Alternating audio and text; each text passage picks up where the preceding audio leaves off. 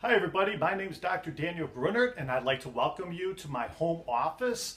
Behind me here is one of my lazy dogs, that's Benzel. He's just kind of napping the day away.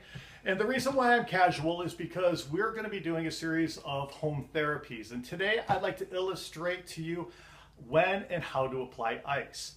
Now, ice is typically applied within the first 72 hours of an injury to decrease inflammation and sedate the area.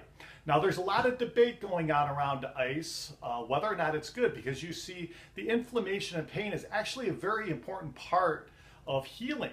You heal quicker where there's inflammation. It's part of healing. So when you sedate the area and decrease the swelling, research has shown that it typically will possibly decrease how quickly you heal. So when patients ask me, well, hey, should I put ice on my low back pain, or should I put ice on something?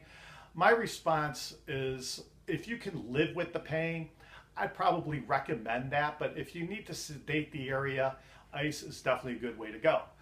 So I asked my wife to volunteer to how to apply ice, but she was not interested in taking her shirt off in front of the camera, even though I told her that would boost my ratings. So in just a minute, I'm going to ask my son Arnie, and he'll be our model on how to apply ice for low back pain. Okay, this is my test patient, Arnie. Okay, Arnie, why don't you go ahead and lie down? As he's faking that he has low back pain. All right, Arnie, why don't you take your shirt off and lie on your stomach. Okay, first you're going to get a bag of ice, and I recommend using ice over an ice pack because ice is always just as cold as ice. An ice pack will take on the same temperature as your freezer, and sometimes the freezer is colder than ice. So the process happens quicker, and if you just try to base it on time when you're applying an ice pack, you could actually be causing yourself some discomfort, So I recommend using ice. Put ice in a bag and just break it up a little bit with a mallet. And then take it and dump it back into another bag in case you put any holes in the original plastic bag. And when it starts melting, you don't want it to leak all over you.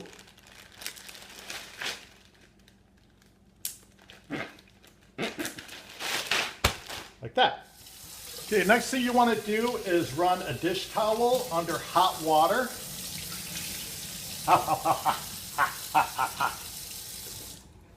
Now you place the hot towel over the skin before applying the ice.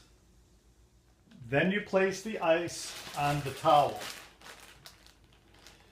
And it should get cold, then create some stinging pain, and then go numb. Once it goes numb, you then take the ice off of the patient.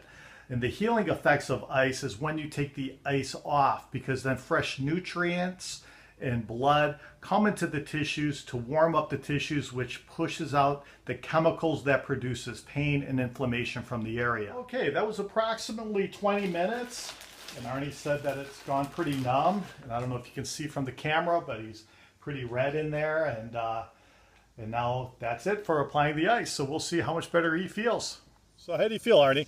I feel this good.